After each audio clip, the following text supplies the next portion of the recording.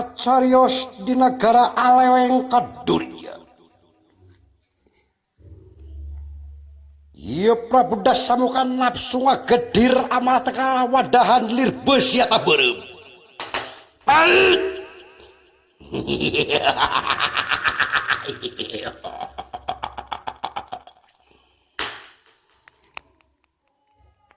Pati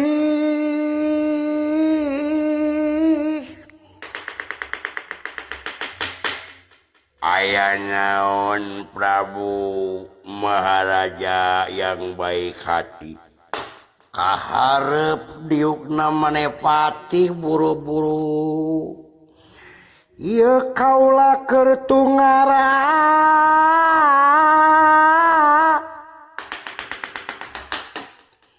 dulur beak sanak pamili ludes para kesatria-satria ludes pati-pati beak tentara tam-tamar ludes kabeh ku Sri Ramajung ku si monyet-monyetna aing beuki dieu beuki nafsu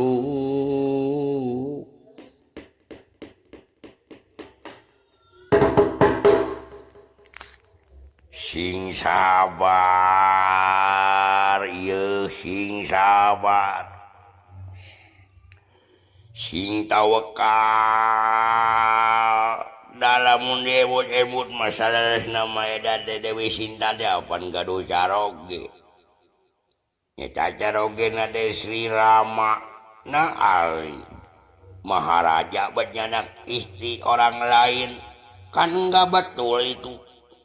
Kelakuan apa itu seorang raja? Kalah mamataham. Lain bebenah ieu aing ieu hate keur tagawi tagiweur kieu. Kalah ka ngadalil. Patih kunaon sia bet ngadalil? Na sia teu ngadenge si Kumbakarna mati. Si Indrajit is dead. Oge si Sarpakina kanges per layak. Nah maneh kalakah ngajar dogwai kumaha ieu teh Patih.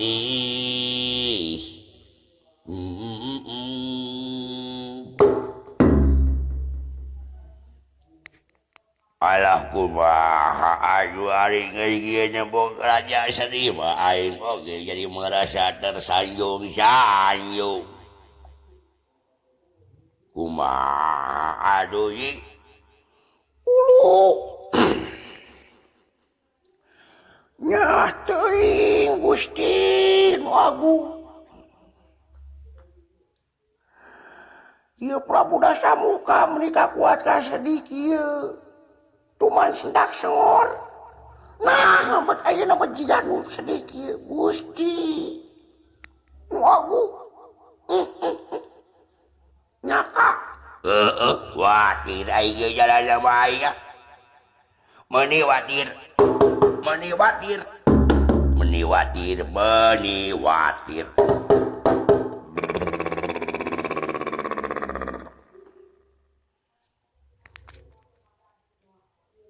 Aing kena siapkeun kareta singgasana kareta jeung kudana jeung nanaon tameng gada kabeh. Aing rek langsung ka medan juri ka medan laga. Pikeun dendam ka si Rama.